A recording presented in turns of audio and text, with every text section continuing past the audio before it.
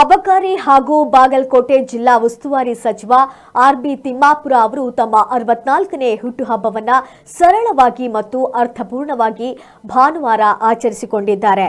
ಯುವ ಜನತೆಯ ಜ್ಞಾನದ ಹಾದಿಯಲ್ಲಿ ನೆರವಾಗುವ ಉದ್ದೇಶದಿಂದ ಮುಧೋಳದ ರನ್ನ ಗ್ರಂಥಾಲಯದಲ್ಲಿ ಐಎಎಸ್ ಮತ್ತು ಕೆಎಎಸ್ ಆಕಾಂಕ್ಷಿಗಳಿಗೆ 300 ಮೆಗಾಬೈಟ್ಸ್ ಪರ್ ಸೆಕೆಂಡ್ ವೇಗದ ಉಚಿತ ವೈಫೈ ಸೌಲಭ್ಯ ಚಾಲನೆ ನೀಡಿ ಯಾವುದೇ ಆಡಂಬರ ಮತ್ತು ವೈಭವವಿಲ್ಲದ ಹುಟ್ಟುಹಬ್ಬ ಆಚರಿಸಿಕೊಂಡಿದ್ದಾರೆ.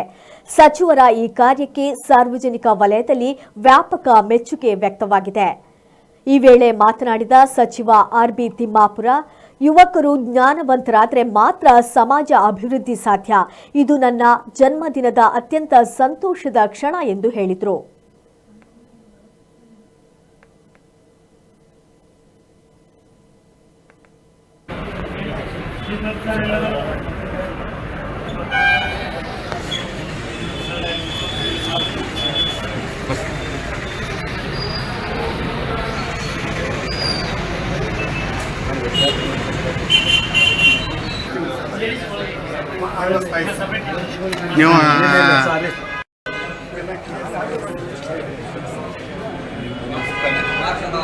ಇಲ್ಲೇ